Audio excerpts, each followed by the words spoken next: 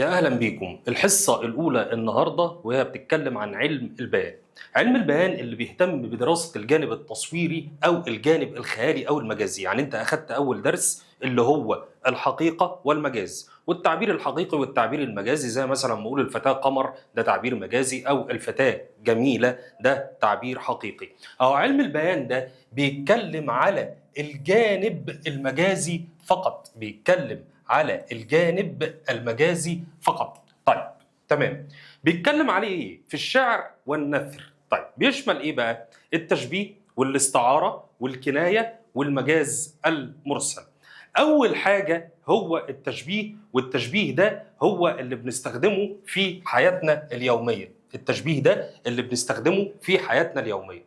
يجي يعرف لك التشبيه ده، بيقول لك هو عقد مقارنة ما بين شيئين لصفة مشتركة بينهما. تاني، هو عقد مقارنة ما بين شيئين لصفة مشتركة بينهما. يعني ايه الكلام ده؟ يعني انت مثلا لما تكون بتتفرج على ماتش وتقول اللاعب ده بيجري زي العصفورة، طب ما انت كده شبهت اللاعب ده بالعصفورة. ليه؟ اشمعنى العصفورة بالذات؟ عشان العصفورة ليها خفة، ليها رشاقة، ممكن تكون قليلة في الحجم فبتعرف تجري، بتعرف تسلك يعني. انما لو قلت مثلا اللاعب فيل في الملعب، ده كده هو التشبيه بايظ، لا يستقيم المعنى ابدا، لان الفيل المعروف ان هو مليان وحركته بطيئه شويه. طيب لو جيت قلت مثلا فتاه بتقابل فتاه فبتقول لها ده انت قمر، فانت شبهتيها بالقمر. ليه؟ لان القمر جميل والفتاه جميله، ففي هنا وجه شبه اللي هي الصفه المشتركه ما بين الشخص ده والشخص ده، وهو الجمال. ده التشبيه بكل بساطه. يبقى انا بعقد مقارنه ما بين شيئين لصفه مشتركه بينهم، بعقد مقارنه ما بين شيئين لصفه مشتركه منهم. ممكن يكون الجمال، ممكن يكون الخفه، ممكن يكون الشجاعه الى اخره. طيب التشبيه فيه طرفين رئيسيين هما المشبه والمشبه به، زي الفتاة والقمر، زي مثلا لما بنقول اللاعب والعصفور. طيب هيديني بقى مثال على كده. يجي يقول لي سيناء مثل العروس في جمالها. سيناء مثل العروس في جمالها. ركز معايا في التشبيه ده كويس، هتلاقي ان التشبيه ده بيتكون من 4 حاجات. التشبيه ده بيتكون من 4 حاجات. اول حاجة انا شبهت سيناء بالعروس. ليه انا شبهتها بالعروس؟ لان في صفة مشتركة ما بين الاتنين وهي الجمال. يبقى عندي سيناء دي اللي انا شبهتها بالعروس اسمها مشبه. شبهتها بمين؟ بالعروس، يبقى ده مشبه به. طيب ربطت ما بين الاتنين بأداة اسمها أداة التشبيه، اللي هي ايه؟ اللي هي مثل، اللي احنا بنقولها في اللغة البلدي زي. ممكن نقول زي، يبقى سيناء زي العروس في ايه؟ في جمالها، وده وجه الشبه. خلاص؟ يبقى سيناء جميلة والعروس جميلة، يبقى وجه الشبه هو هنا ايه؟ هو هنا الجمال. سيناء مثل العروس في جمالها. طيب تعالى بقى نعدهم كده. ادي المشبه، ادي كده 1، المشبه به ادي كده 2، أداة التشبيه اللي انا استخدمتها 3، في جمالها او وجه الشبه هو هنا الراء. تعالى ناخد المثال اللي بعد كده. يجي يقول لك ايه؟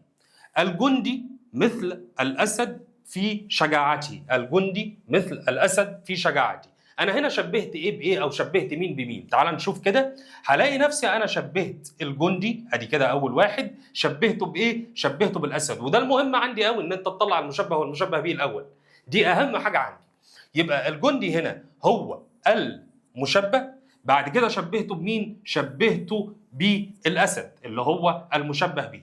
استخدمت ايه عشان اربط ما بين الاثنين؟ الاداه اللي هي مثل. يبقى الجندي مثل الاسد، يبقى ده المشبه وده المشبه به. استخدمت ان انا اربط ما بين الاثنين بالاداه دهيت اللي هي مثل، اللي هي اسمها اداه التشبيه. في شجاعته يبقى وجه الشبه. يبقى انا عندي اركان التشبيه تاني 4: المشبه والمشبه به، المشبه والمشبه به. بعد كده بربط ما بين الاثنين بأداة اسمها أداة التشبيه. بعد كده بجيب وجه الشبه. وجه الشبه ده اللي هي الصفة المشتركة ما بين الاثنين، الصفة المشتركة ما بين الاثنين. يبقى تاني عندي مشبه ومشبه به، أداة التشبيه ووجه الشبه. خلاص لحد كده تمام؟ لحد كده تمام. يبقى إذا بيقول لي بيتكون التشبيه من 4 أركان اللي احنا لسه قايلينهم دلوقتي: المشبه والمشبه به. ولازم دول يكونوا موجودين في اركان التشبيه. ممكن حاجات تانية تتحذف، ممكن حاجات تانية تتحذف، الا المشبه والمشبه به. لان لو حذفت منهم واحد كده ما يبقاش تشبيه، يبقى استعاره، اللي لسه هنشرحها بعد شويه ان شاء الله. وجه الشبه اللي احنا لسه كنا بنقوله هو الصفه المشتركه ما بين الاثنين اللي هو المشبه والمشبه به، ويجب ان تكون الصفه اقوى واظهر في المشبه به. يعني لما شبه الجندي بالاسد فمعروف عن الاسد ان هو قوي، معروف عن الاسد ان هو شجاع، فالصفه دي لازم تكون ظاهره عنده قوي. طيب اداه التشبيه دي بقى اللي انت لسه كنت بتقول لي عليها يا مستر، اداه التشبيه دي هي مثل بس؟ قال لك لا، في كذا اداه تشبيه. ممكن اداه التشبيه دي يا باشا تبقى اسم، وممكن تبقى فعل، وممكن تبقى حرف. تاني، اداه التشبيه دي ممكن تبقى اسم، وممكن تبقى فعل، وممكن تبقى حرف. ممكن تبقى اداه التشبيه دي مثل او مثيل او مماثل او شبه او شبيه او مشابه او نظير. ايه ده؟ كل دول ينفعوا؟ كل دول ينفعوا. لو جبت المثال الجندي مثل الاسد في شجاعته وحطيت مثل وشلتها وحطيت اي حاجه ثانيه هتمشي معاك الجمله. مثيل الاسد، مماثل الاسد، شبيه الاسد او شبه الاسد او مشابه للاسد او نظير للاسد في شجاعته، مشيت معايا الجمله عادي جدا. طيب ممكن فعل؟ ممكن فعل. ممكن اقول يماثل، يشابه، يضارع، يحاكي، يناظر الى اخره، او يحاكي. ممكن تبقى حرف زي الكاف وكأن. ممكن تبقى الكاف زي حرف زي الكاف او كأن. خلاص؟ طيب انا لو مش عارف احفظ كل دول هعمل ايه؟ ما انا ممكن اتلخبط، حط زي وخلاص. لو مشت معاك الجمله او استقام المعنى يبقى هي اداه تشبيه. خلاص؟ لحد كده تمام يا شباب؟ لحد كده تمام. طيب هيجي حد يسالني هل هنا في جمله التشبيه اللي هو المشبه والمشبه به، ولازم اربط ما بين الاثنين باداه التشبيه وبعد كده وجه الشبه، هل المثال لازم يجي بهذا الترتيب؟ لا، مش ممكن يجي بهذا الترتيب. ممكن اداه الشبه تبقى في الاول عادي جدا، او اداه التشبيه تبقى في الاول. زي مثلا لما بنقول كأن سيناء عروس في جمالها. ما حدش يقول لي سيناء عروس في جمالها فدي كده انا شبهت سيناء بالعروس في جمالها، تبقى دي كده 1 2 3، يبقى اركان التشبيه هنا 3. لا غلط يا باشا، ما ينفعش الكلام ده، ما ينفعش الكلام ده. ليه؟ لان انت غفلت عن الاداه اللي في الاول اللي هي ايه؟ اللي هي كأن. طيب كأن سيناء مثل العروس، كأن سيناء عروس في جمالها، زي ما نقول سيناء مثل العروس في جمالها بالظبط. يبقى كأن هنا هوت أداة التشبيه. يبقى أنا عندي 1 المشبه شبهته بمين؟ شبهتها بالعروس، يبقى كده 2. أداة التشبيه أدي كده 3 اللي جت في الأول، وهنا وجه الشبه أو الصفة المشتركة ما بين الاثنين اللي هي في جمالها اللي هي 4. خلاص؟ طيب الحته بقى اللي انت قلما هتسمعها وجت في امتحانات قبل كده، اللي هي ايه؟ اللي هي وجه الشبه. انا اتكلمت عن اركان التشبيه ال4 وقلت هنا ان اداه التشبيه بتيجي في الاول. طيب هل وجه الشبه لازم يبقى جار ومجرور؟ تاني، هل وجه الشبه لازم يجي جار ومجرور؟ يعني ممكن نقول كأن سيناء عروس في جمالها لازم وجه الشبه ده يجي حرف جر وراه اسم مجرور؟ قال لك لا، ممكن يأتي جار ومجرور. ركز معايا، ممكن يأتي جار ومجرور، وممكن يأتي تمييز، وممكن يأتي غير ذلك. ممكن يأتي جار ومجرور، وممكن يأتي تمييز، وممكن يأتي غير ذلك. طيب جار ومجرور وعرفناها. ايه بقى التمييز؟ هقول لك سيناء مثل العروس جمالا. جمالا ده تمييز. طب اعرف منين ان التمييز ده هو ممكن يمشي وقت الشبه بوجه شبه؟ شيله وحط الجار والمجرور بتاعه في جمالها، مشيت معايا الجمله. يبقى اذا وجه الشبه ممكن يجي جار ومجرور، وممكن يجي تمييز. حلو الكلام. الجندي مثل الاسد شجاعة. طب لو شلتها كده وقلت في شجاعتي هتمشي معايا الجمله عادي خالص. خلاص؟ يبقى ممكن ياتي جار ومجرور، وممكن ياتي تمييز، وممكن ياتي غير ذلك. اهي غير ذلك دي بقى هي عندي المشكله، هي عندي المشكله. طيب غير ذلك دي ايه؟ محتاجه منك بقى شويه تذوق ان انت تعرف وجه الشبه مكتوب في الجمله ازاي. تعال نقول شوف. الشاعر بيقول ايه؟ كأن مشيتها من بيت جارتها مر السحابة لا ريث ولا عجل. هنا انا قلت لك اهم حاجه عندي ان انت تطلع ايه؟ المشبه والمشبه به. طب حلو الكلام. كأن هنا دي اداه التشبيه بتتحسب معايا، اعدها في الاول كده عشان جت معايا، ادي كده واحد. طيب فين بقى المشبه والمشبه به؟ مشيتها. مشيتها كده ايه؟ مشيتها كده 2. يبقى انا شبهت المشيه من بيت ساحبه، من بيت جارتها مروا السحابه. يبقى مشيتها من بيت جارتها مر السحابه. يبقى انا شبهت مشيتها بالسحابه او بمر السحابه. طيب هل هنا في وجه شبه؟ في وجه شبه. لا ريث ولا عجل. لا ريث ولا عجل يعني هي معتدلة في المشي ما بين الإسراع والإبطاء. وجه الشبه لا ريث ولا عجل. يبقى هنا وجه الشبه أنت بتتذوقه وفهمت من معنى البيت إن هو الاعتدال في المشي. يبقى كده أركان التشبيه عندي 4. 4 وتحققوا. التاني يا شباب، المثال التاني: الشاب كأنه عجوز يمشي منحني الظهر. طيب نركز معايا في المثال وسيبك من دي. الشاب هنا ادي كده 1، ده المشبه. شبهته بمين؟ شبهته بالعجوز، ادي كده 2. ربطت ما بين الاتنين بحاجة بكأنه، يبقى كده دي 3. يمشي منحني الظهر. طب بالله عليك، هي منحني الظهر دي مش وجه شبه؟ وجه شبه ما بين مين ومين يا مستر؟ ما بين الشاب والعجوز. في ايه؟ العجوز بيمشي منحني الظهر والشاب كمان بيمشي زيه منحني الظهر. اذا وجه الشبه هنا هو انحناء ايه؟ انحناء الظهر ما بين الاثنين. لا جت تمييز ولا جت جار ومجرور، ولا دي جت تمييز ولا دي جت جار ومجرور. طيب هتقول لي مش موجوده في الكتاب. هل هي جت في امتحانات قبل كده؟ جت في امتحانات قبل كده، وجت في امتحان شهر، ولا تزعل نفسك. ده جت في امتحان اكتوبر سنه 25 في اداره شرق. في اداره شرق. معلش بتعلق شويه. بيقول لك ايه بقى الشاعر، وركز معايا في المثال ده كويس قوي عشان جه في امتحان: وجرح الجسم يؤلمه غير اني ارى جرح المشاعر منه اوجع. فيهاش اي حاجه. طيب فلا تجعل لسانك مثل سيف بلا هدف تسلطه ليقطع. وقال لي هنا نوع التشبيه ايه؟ زي ما هناخد انواع التشبيه بعد كده اهوت، بس اصبر معايا شويه. انا بسالك هنا هل في وجه شبه ولا لا؟ طب تعالى نعد. لسانك، فلا تجعل لسانك، ادي كده 1. مثل سيف، ده المشبه والمشبه به اللي انا اتعودت معاك ان انا اعدهم في الاول، ادي كده 2. يبقى ده المشبه والمشبه به. ربطت ما بين الاثنين بأداة تشبيه، لسانك زي السيف، ادي كده 3 او مثل سيف. طيب هل هنا في وجه شبه؟ نشوف: بلا هدف تسلطه ليقطع.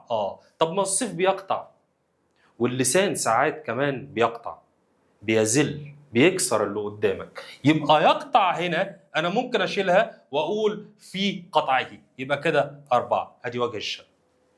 يبقى وجه الشبه ممكن يجي جر ومجرور، ممكن يجي تمييز، ممكن ياتي غير ذلك. ركز معايا في الحته دي كويس قوي. طيب اللي بعد كده يجي يقول لك: قد يكون المشبه محذوفا للعلم به ولكن يقدر في الاعراب.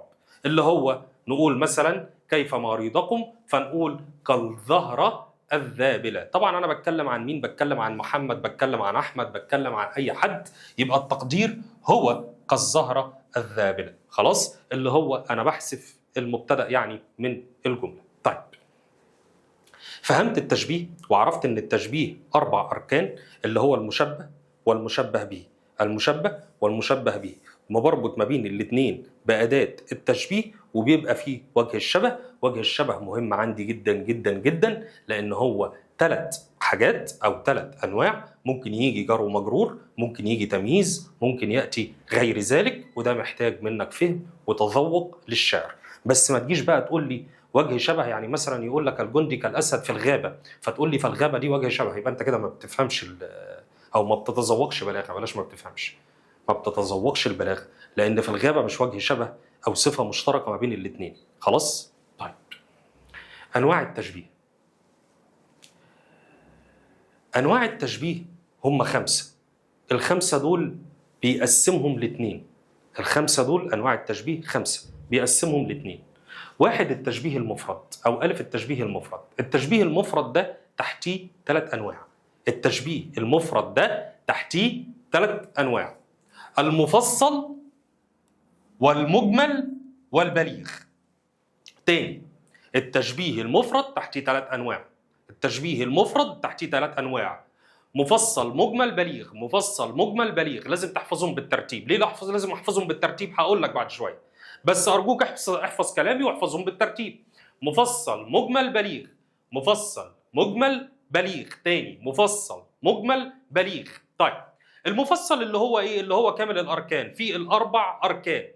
معنى كده هو ان الانواع اللي بعد كده انا ممكن احذف منها اركان، عشان كده انا بقول لك احفظهم بالترتيب. يبقى المفصل اللي هو كامل الاركان. طب والاركان قد ايه؟ اربعه. الاركان قد ايه؟ اربعه. مشبه ومشبه به، وبعد كده اداه التشبيه، وبعد كده وجه الشبه او الصفه المشتركه ما بين الاثنين. زي ما بنقول الجندي كالاسد في شجاعته. تعال نعد كده. الجندي ده المشبه، ادي كده واحد. المشبه به الاسد، ادي كده اثنين. اداه التشبيه ثلاثه. وجه الشبه اللي هو فيه شجاعتي، ادي كده اربعه. اول ما الاقي الاربع اركان اقول له مفصل وانا مغمض. يبقى ده تشبيه مفصل. طيب، المجمل بعمل ايه؟ المجمل بحذف حاجه من الاثنين. المجمل بحذف حاجه من الاثنين، ما بحذفش الاثنين، بحذف حاجه منهم. اللي هو ايه؟ يا اما بحذف وجه الشبه، يا اما بحذف الاداه. يا اما بحذف وجه الشبه، يا اما بحذف الاداه. زي ايه؟ اقول لك الجندي كالاسد واسكت. الجندي كالاسد واسكت، واقول في شجاعتي، دهيت محذوفه. خلاص، اللي هي فين؟ في المفصل. فاقول الجندي كالاسد. خلاص؟ طيب، او احذف الاداه واخلي الجمله عندي زي ما هي: الجندي اسد في شجاعتي. الجندي اسد في شجاعتي. يبقى انا عندي التشبيه المفصل اللي هو كامل الاركان. اما المجمل بحذف يا اما وجه الشبه، يا اما بحذف الاداه. بحذف يا اما وجه الشبه، يا اما بحذف الاداه. البليغ طماع شويه، بيقول لي انا لا عاوز دي ولا عاوز دي، بحذف الاثنين. البليغ بحذف الاثنين، بقول الجندي اسد واسكت، لا في اداه ولا في وجه شبه. عشان كده قلت لك اهم حاجه عندي في اركان التشبيه هو المشبه والمشبه به. ممكن احذف اداه التشبيه، ممكن احذف اداه وجه الشبه، انما المجمل بحذف يا اما وجه الشبه يا اما اداه التشبيه بس. خلاص يا شباب؟ يبقى تاني، انا عندي مفصل ومجمل بليغ. معلش انا بعيد عليك عشان تحفظ معايا. المفصل كامل الاركان، المجمل بحذف يا اما وجه الشبه يا اما اداه التشبيه، البليغ بحذف الاثنين، وعندي المشبه والمشبه به فقط. وخلي بالك التشبيه البليغ ده افضل انواع التشبيه في اللغه العربيه، واكتر حاجه بتتكرر في الامتحانات، واكتر حاجه بتيجي في ثانويه عامه. اكتر حاجه بتيجي في ثانويه عامه هي التشبيه البليغ. ويقول لك ده افضل انواع التشبيه لانه بيعتمد ان المشبه والمشبه به شيء واحد، وحتى ده اللي انت بتستخدمه في حياتك اليوميه. ما بتقولش مثلا، او البنت ما بتقولش لصاحبتها ده انت قمر في جمالك. خلاص؟ لا، ده بقول لها انت قمر وخلاص. او انت وحش، لما انت بتروح الجيم وتقول لصاحبك ده انت وحش. خلاص؟ فما بتقولش انت وحش في قوتك، ما بتستخدمش الكلام دوت. يبقى احنا كلنا بنستخدمه التشبيه البليغ. طيب، التشبيه البليغ بيجي على صور؟ بيجي على صور. ركز بقى معايا. هتلاقي التشبيه البليغ بيجي على 5 صور، في واحده لسه تحت. هتلاقي التشبيه البليغ بيجي على 5 صور. اول واحده المبتدا والخبر. ايه ده مستر انت هتدخل لي النحو في البلاغه؟ ما هو النحو داخل في كل حاجه. طيب، عندك اول واحده المبتدا والخبر، زي الجندي اسد، هتلاقي الجندي ده مبتدا واسد ده خبر. تعال ناخد مثال كمان. العلم نور، اللي هو المشبه والمشبه به، هتلاقي مبتدا وخبر، والمبتدا دايما مرفوع والخبر مرفوع، حته كده صغيره في النحو، دول من المرفوعات. طيب، الصدقه برهان، ده مشبه وده مشبه به. حلو الكلام. الارض جنه، مشبه ومشبه به، مبتدا وخبر. المال فتنه، مشبه ومشبه به. خلاص؟ يبقى اول نوع عندي في التشبيه البليغ هو المبتدا والخبر. طيب، ممكن يجي الحال وصاحبها، الحال وصاحب الحال، الحال وصاحب الحال. يعني ايه؟ تعال خد المثال كده وانت تعرف.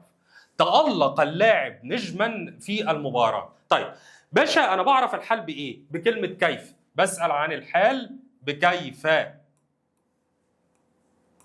مثال: الحال كلمة نكرة منصوبة بتبين هيئة الفاعل أو المفعول به ساعة وقوع الفعل. زي إيه؟ زي لما نقول مثلا ماشية، ده على فكرة دي حتة مش من البلاغة، حتة من النحو بس عشان تفهم.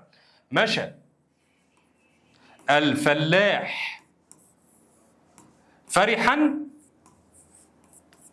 فأنا هسألك كيف مشى الفلاح؟ هتقول لي فرحا. يبقى فرحا دي تبقى حال منصوبة بالفتحة. على فكرة الحال منصوبة مش منصوب، الحال منصوبة. طيب فين صاحب الحال؟ اللي هو الفلاح، اللي هو هيئته ساعة وقوع الفعل كان إيه؟ كان فرح. طيب تعال بقى نشوف المثال ده. لما بنقول هنا تألق اللاعب نجما، كيف تألق اللاعب؟ هتبقى الإجابة إيه؟ هتقول لي تألق نجما. يبقى نجما دهيت هي الحال. طب فين صاحبها؟ اللي هو اللاعب، عشان كده بيقول لك إيه؟ الحال وصاحبها. طيب نشوف اللاعب نجم، ده مشبه ومشبه به. اللاعب نجم، ادي صاحب الحال اللي هو المشبه، ونجم هي المشبه به. ارجو ان هي تكون وصلت. طيب الجمله الثانيه: وقف الجيش صخرة امام العدو. اعرف بقى معايا، وقف الجيش صخرة امام العدو. هسألك كيف وقف الجيش؟ هتقول لي صخرة، يبقى اذا صخرة ده حال منصوبة بالفتحة. قلنا منصوبة مش منصوبة. طيب فين بقى صاحب الحال اللي هو كان واقف صخرة؟ ده الجيش، يبقى ده صاحب الحال. يبقى إذا أنا عندي الجيش صخرة، ده مشبه وده مشبه به. عندي مشبه وعندي مشبه به. الجيش صخرة. لحد كده وصلت يا شباب؟ يبقى أنا عندي في الحالة الأولانية المبتدأ والخبر، بيجي المشبه مبتدأ والمشبه به خبر. عندي الحال وصاحبها، اللي أنا المشبه بيبقى صاحب الحال، ونجما دهيت أو المشبه به بيبقى الحال. طيب في صورة المفعول المطلق، المفعول المطلق اللي هو إيه؟ اللي هو مصدر متخذ من لفظ الفعل، زي مشى مشيا، كتب كتابة، سبح سباحة إلى آخره. فهنقول مثلا أقدم الجندي إقدام الأسد. على فكرة جه في امتحانات قبل كده ولخبط ناس، ما عرفوش يطلعوا المشبه والمشبه به. ليه يا شباب؟ ليه يا شباب؟ ما انت تحفظ الحالات بتاعته. عندك صورة المفعول المطلق، أقدم الجندي ده المشبه، إقدام الأسد ده المشبه به. يبقى صورت إقدام الجندي بإقدام الأسد، صورت إقدام الجندي بإقدام الأسد، ده المشبه به. طيب كويس قوي. تفوق الطالب، تفوق العباقرة. على فكرة الأمثلة التانية دهيت أنا سايبها لك كده عشان أنت تحل معايا وأنت بتسمع الشرح. طيب تفوق الطالب زي تفوق العباقرة، زي تفوق العباقرة. يبقى تفوق الطالب ده المشبه، وتفوق العباقرة ده المشبه به. وصلت كده يا شباب؟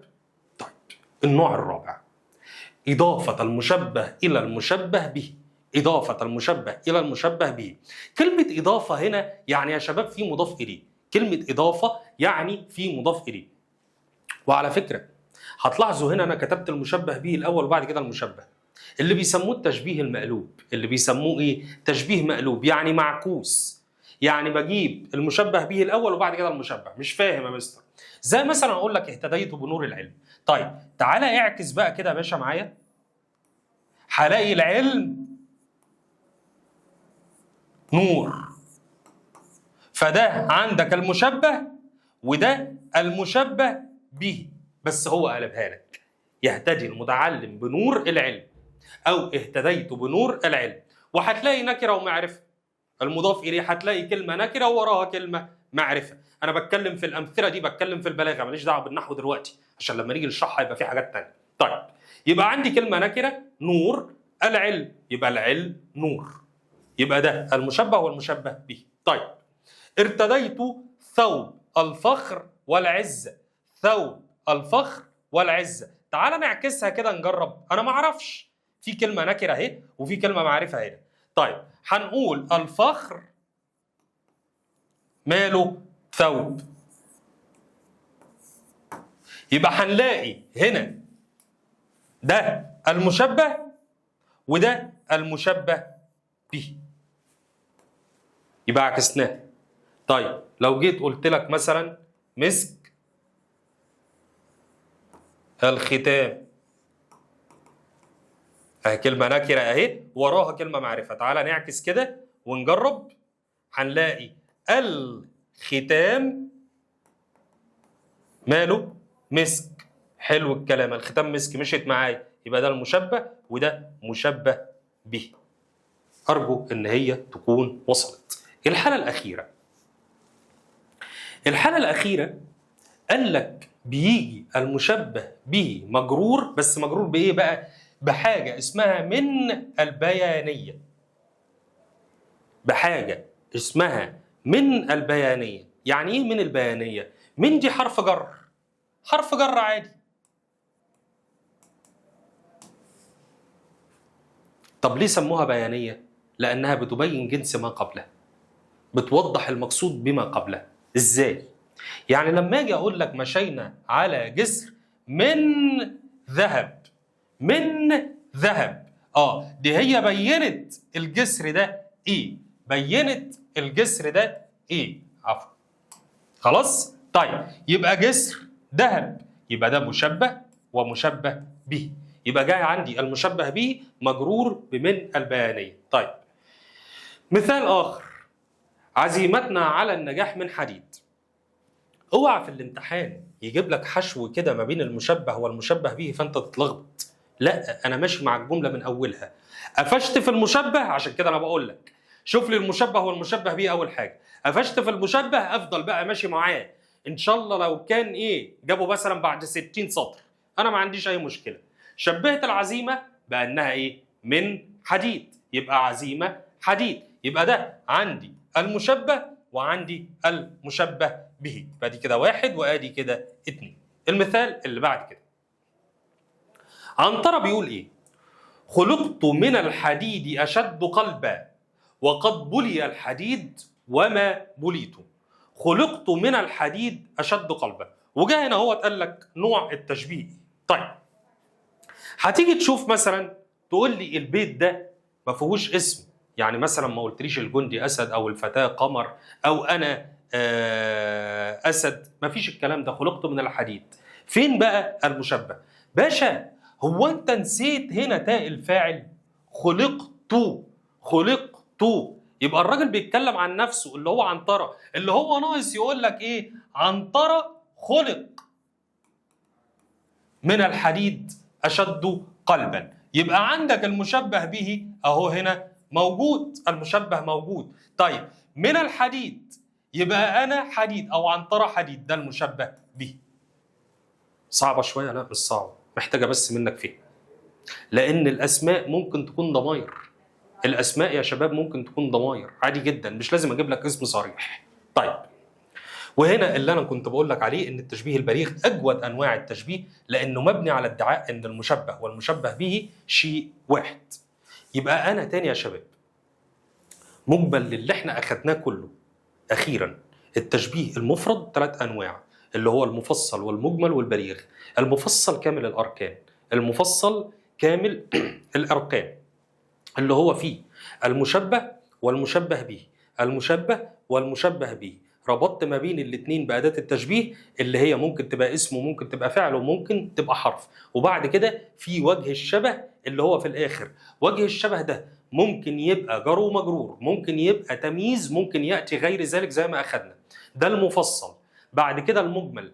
المجمل قلنا إن أنا بشطب من الآخر، إما إن أنا شطبت وجه الشبه أو الأداة، إما إن أنا شطبت وجه الشبه أو الأداة. إنما التشبيه البليغ بشطب الاثنين، التشبيه البليغ بشطب الاثنين، فبيبقى عندي المشبه والمشبه به بس. والتشبيه البليغ بيأتي على 5 حالات زي ما أخدنا. خلاص؟ طيب اللي بعد كده حاجة عندي اسمها التشبيه المركب. والتشبيه المركب نوعين. التشبيه المركب نوعين، عندي تشبيه تمثيل وعندي الضمني اللي هنعرفه بعد شوية. تمثيل وضمني. خد بالك ان التشبيه التمثيل بيشبه فيه حالة بحالة، صورة بصورة، صورة بصورة.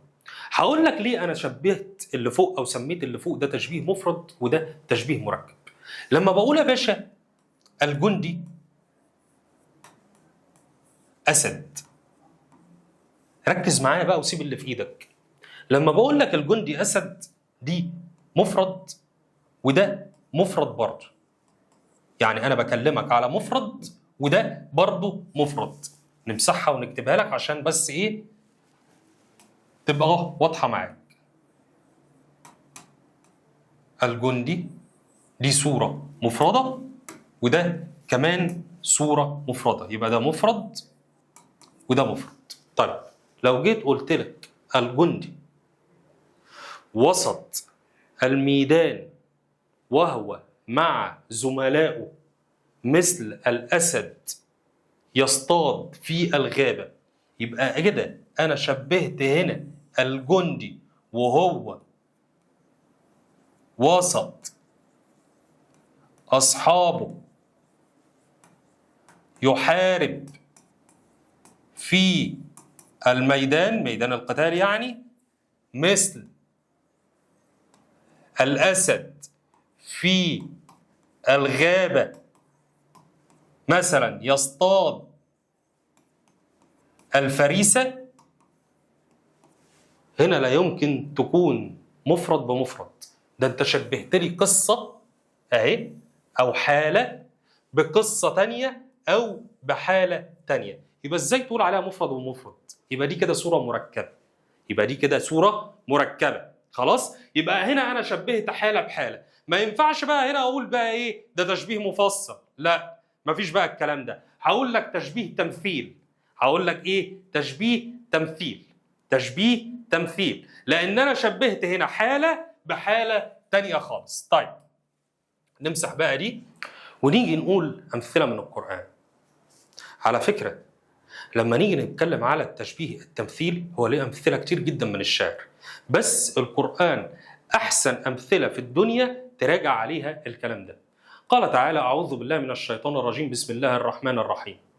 مثل الذين اتخذوا من دون الله أولياء كمثل العنكبوت اتخذ بيتا وإن أوهن البيوت لبيت العنكبوت لو كانوا يعلمون. صدق الله العظيم. طيب هنا بقى لما تيجي تدور على مشبه ومشبه به مش هتلاقي مفرد ومفرد، لا هتلاقي حالة وحالة. طب المشبه هو ايه؟ المشبه ده هيجي يقول لك ايه؟ حال الذين اتخذوا الأوثان نصراء ينصرونهم من دون الله وهي أضعف من أن يلتجئ الإنسان إليها والعياذ بالله، مثل حال العنكبوت تتخذ من خيوطها بيتا، وده أضعف البيوت، أوهن البيوت يعني أضعف البيوت. طب وجه الشبه بإيه؟ وجه الشبه هو إيه؟ صورة شيء يحتمي بآخر لا يحميه. أنت بتحتمي بإيه؟ يعني أنت راح تستخبى في بيت عنكبوت؟ ما ينفعش طبعا. طيب المثال اللي بعد كده: أعوذ بالله من الشيطان الرجيم، بسم الله الرحمن الرحيم. مثل الذين ينفقون أموالهم في سبيل الله، الذين ينفقون أموالهم في سبيل الله كمثل أهو. على فكرة في الغالب التشبيه التمثيل بيستخدم فيه أداة زي الكاف أو مثل، بس في الغالب بيستخدم الكاف. مثل الذين ينفقون أموالهم في سبيل الله، أدي كده صورة اهي، كمثل حبة أنبتت 7 سنابل في كل سنبلة 100 حبة. طيب يبقى الحالة الأولانية أو المشبه حال الأموال التي تنفق في سبيل الله، زي إيه؟ زي حبة القمح التي أثمرت، حبة قمح اتحطت، بعد كده هوت الحبة دي أنبتت قد إيه؟ أنبتت 7 سنابل، أدي كده 1 2 3 4 5 6 7، في كل سنبلة من دي 100 حبة، تقعد بقى تعد 100 حبة، يبقى هنا 100 وهنا 100 وهنا 100، يبقى تلاقي المجموع بتاعهم كلهم يساوي 700. دي صورة رائعة لدرجة ان انا قعدت اشرحها لك وارسمها لك على البورد. خلاص، يبقى هنا وجه الشبه هو ايه؟ نمو اموال الصدقات ومضاعفتها. تمام يا شباب؟ تمام. اللي بعد كده: يهز الجيش حول جانبيه كما نفضت جناحيها العقاب. طبعا اللي كان بيقول البيت ده هو المتنبي، وكان بيمدح الجيش بتاع سيف الدولة الحمداني. فهو بيتكلم ان الجيش كان زمان يا شباب بيتكون من الميمنة والميسرة والقلب، خلاص، اللي هو مجموعة هنا ومجموعة هنا ومجموعة هنا. فهو بيقول لك يهز الجيش حول الجانبين اللي هو الميمنة والميسرة كما نفضت جناحيها العقاب، والعقاب ده نوع من انواع الطيور الجارحة. طيب شبه هنا بقى ايه؟ صورة قائد الجيش وسط جيشه، وميمنة الجيش وميسرة الجيش بيتحركوا، هم دول هم الاثنين. المشبه به زي ايه؟ زي طائر العقاب وهو بينفض جناحه، زي كده لما بيطلع الميه من الميه فبينفض جناحه لو كان بيصطاد من النهر او ما شابه ذلك. خلاص؟ وجه الشبه هو صورة مركبة من شيء له جناحان يتحرك. خلاص؟ التشبيه الضمني يا شباب وهو آخر نوع من أنواع التشبيه هناخده. التشبيه الضمني سموه ضمني لأن هو بيفهم من مضمون الكلام، ما فيهوش مشبه ومشبه به. هو أنت بتلاقي في الشطر الثاني غالبا، ده لو كان في الشعر مش في النثر، حكمة أو مثل، حكمة أو مثل، يعني ما فيهوش مشبه ولا مشبه به. لو جيت تدور في الأبيات كده مش هتلاقي مشبه ومشبه به. طب دي مشكلة، أعرف إزاي؟ أعرف إن أنت بتدور على حكمة أو مثل وبتربطها بما قبلها. زي إيه؟ في الجملة الأولى، وهقول لك أمثلة على الشعر بعد كده: من يربي ولده على الطاعة يشب رجلا مؤمنا، فإن النبت إذا تعاهدتها بالعناية صارت شجرة مثمرة. طيب حلو الكلام، فين الحكمة اللي هنا؟ هتيجي تبص كده تقول لي ممكن فإن النبتة إذا تعاهدتها بالعناية صارت شجرة مثمرة. طب ما هو ده حكمة أو مثل. هنا بقى هتيجي تقول لي إيه بقى؟ ده المشبه هو شبه اللي بيربي ولده على الطاعة زي النبتة لو تعاهدتها بالعناية فبتصير مثمرة. فده من مضمون الكلام بتفهمه، مش صورة بصورة. طيب حاجة تانية: إن تظهر المصائب فضل الكريم فالنار تذيب الذهب نقاء. فين الحكمة أو المثل هنا؟ هتيجي تبص كده، أنا قلت الحكمة أو المثل بيجي متأخرا، هتلاقي فالنار تزيد الذهب نقاء، فده الحكمة أو المثل. طيب تعالى نشوف البيت اللي بعد كده، الشعر بقى اللي ممكن نفهم منه أكتر. الشاعر بيقول لك إيه؟ تهون علينا في المعالي نفوسنا ومن يشتهي الحسناء لا يغليها المهر. تهون علينا في المعالي نفوسنا ومن يشتهي الحسناء لا يغليها المهر. طبعا الحكمة أو المثل هو هنا إيه؟ ومن يخطب الحسناء لا يغليها المهر.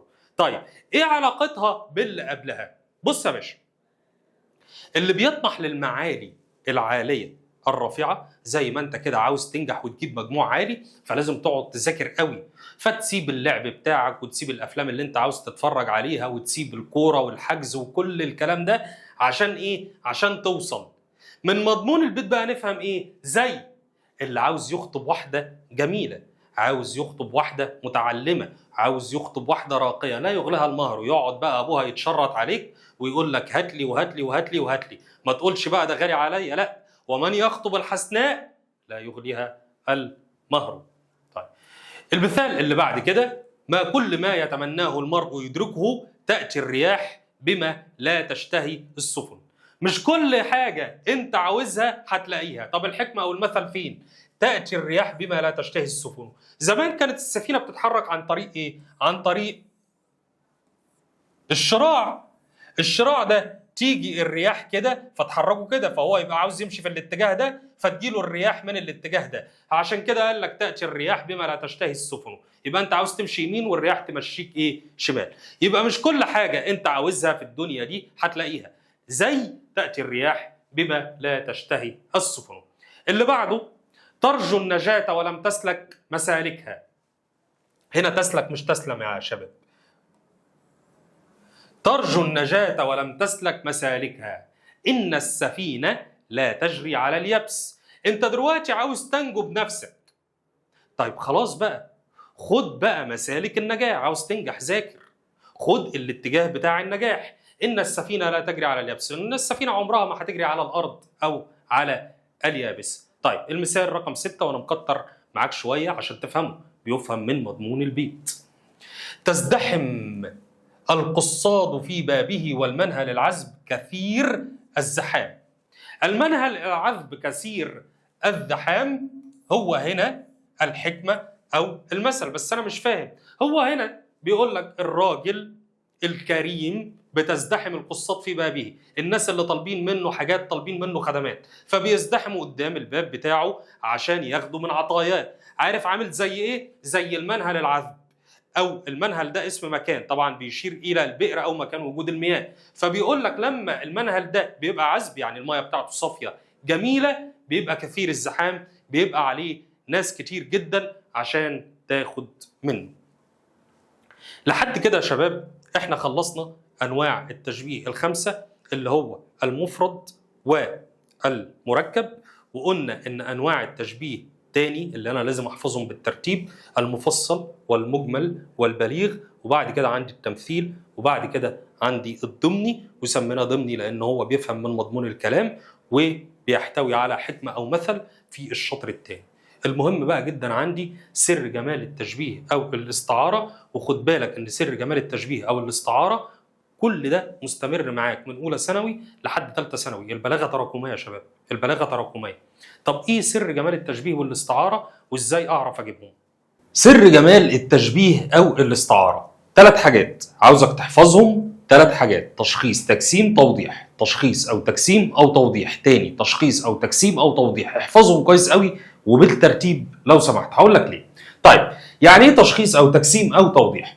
التشخيص انا بشبه غير العاقل بالعاقل، بشبه غير العاقل بالعاقل. زي ايه؟ لما اجي اقول لك مثلا العمر مثل الضيف. طيب هل العمر ده عاقل ولا غير عاقل؟ طبعا العمر غير عاقل. طب كويس، والضيف عاقل ولا غير عاقل؟ هتقول لي لا عاقل. يبقى هنا احنا شبهنا العمر بالضيف اللي هو غير العاقل بالعاقل. يبقى هنا سر جمال التشبيه التشخيص. طيب اللي بعده التجسيم، انا بشبه فيه المعنوي بالمادي. التجسيم انا بشبه فيه المعنوي بالمادي. طيب ايه الشيء المعنوي؟ الشيء المعنوي اللي انا ما بقدرش امسكه بايدي، اللي هو زي المشاعر، زي الحب، زي الكره، زي الخوف الى اخره. طيب لما اجي اقول لك الصحه تاج، هو تشبيه بليغ قدامك اهو. طيب هل الصحه هنا معنويه ولا ماديه؟ الصحه هنا معنويه، انما التاج اللي انا بلبسه فوق راسي ده مادي. لما بشبه المعنوي بالمادي بيبقى ده تجسيم. طيب التوضيح، التوضيح يا بشبه مادي بمادي يا معنوي بمعنوي. تاني التوضيح يا بشبه مادي بمادي يا اما معنوي بمعنوي. زي ايه؟ زي مثلا لما اقول لك العدل وهي صفه من الصفات. حلم، العدل ده شيء معنوي والحلم ده شيء معنوي. لما بشبه هنا معنوي بمعنوي يبقى كده ده توضيح للصوره. طيب ولو جيت قلت لك مصر كعبة العلماء، مصر كعبة العلماء، يبقى هنا أنا شبهت مصر، شبهتها بإيه؟ شبهتها بالكعبة. فهنا أنا شبهت مصر اللي هي الشيء المادي بالكعبة اللي هي الشيء المادي اللي أنا بقدر أشوفه وبلمسه. يبقى هنا توضيح. يبقى تاني يا شباب ما نتلخبطش: تشخيص، تجسيم، توضيح. التشخيص انا بشبه فيه غير العاقل بالعاقل، والتجسيم انا بشبه المعنوي بالمادي، والتوضيح بشبه يا اما معنوي بمعنوي يا اما مادي بمادي. طيب اقدر اطبقها على الحاجات اللي اخدناها في التشبيه؟ اقدر اطبقها على الحاجات دي. يعني مثلا لو جبنا من اوله التشبيه، اي تشبيه قدامك عاوزك تسال نفسك سؤالين عشان تعرف سر جماله. هل المشبه والمشبه به، اطلع بس طرفي التشبيه كده، اسال نفسي سؤالين: هل الاول المشبه ده عاقل ولا غير عاقل؟ فلما بتكلم على سيناء فسيناء هنا غير عاقل. طب كويس قوي. طب والعروس، العروس اللي هي العروسه ده عاقل.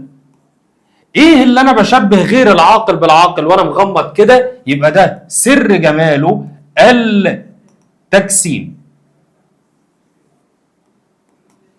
طيب ما جاتش معايا بقول معنوي ولا مادي زي ما هنشوف بعد كده. طيب نشوف اللي بعد كده: الجندي مثل الاسد. ممكن دي تكون صعبه شويه. هو الجندي ده عندي السؤال الاولاني ان انا بسال نفسي عليه، هل هو عاقل ولا غير عاقل؟ هتقول لي لا الجندي عاقل. حلو. طيب والاسد عاقل ولا غير عاقل؟ لا ده هنا غير عاقل. اوعى تغلط وتقول لي تجسيم، ما ينفعش خلاص، لان التجسيم غير العاقل او التشخيص غير العاقل بالعاقل، عذرا. التشخيص غير العاقل بالعاقل، انما هنا عاقل وهنا غير عاقل. طب نخش على اللي بعد كده. هل الجندي ده مادي ولا معنوي؟ الجندي مادي. والاسد هيبقى كمان مادي، يبقى سر جمال التشبيه هنا التوضيح. وصلت يا شباب؟ يبقى سر جمال التشبيه هنا التوضيح. طيب نخش على مثال تاني. كأن سيناء عروس في جمالها، لسه قايلينها من شوية. طيب الشاب كأنه عجوز. الشاب هنا هسأل نفسي السؤال الأولاني، عاقل ولا غير عاقل؟ ده عاقل. كويس. عجوز عاقل ولا غير عاقل؟ هتقول لي ده عاقل، ما تنفعش. ادخل على اللي بعد كده اللي هو المادي والمعنوي. الشاب مادي وكذلك العجوز مادي، يبقى سر جمال التشبيه هنا التوضيح. وضحت يا شباب؟ طيب اللي بعد كده مثلا ممكن ناخد المثال ده، مثال برضو سهل. مشينا على جسر من ذهب. فعندي جسر وعندي ذهب، بسأل نفسي السؤالين اللي انا عارفهم، هل هو عاقل ولا غير عاقل؟ وبعد كده المادي والمعنوي. الجسر طبعا غير عاقل، حلو الكلام. والذهب برضه غير عاقل. مفيش حاجة عندي غير العاقل بالعاقل. نخش بقى على المادي والمعنوي. طيب الجسر هنا مادي والذهب هنا مادي، يبقى سر جمال التشبيه هنا التوضيح. يا رب تكون وصلت كده يا شباب. طيب هتيجي تقول لي بقى في التشبيه المركب اللي هو التمثيل والضمني، اول ما يجي لي تشبيه من دول يبقى سر جمالهم التوضيح وانا مغمض.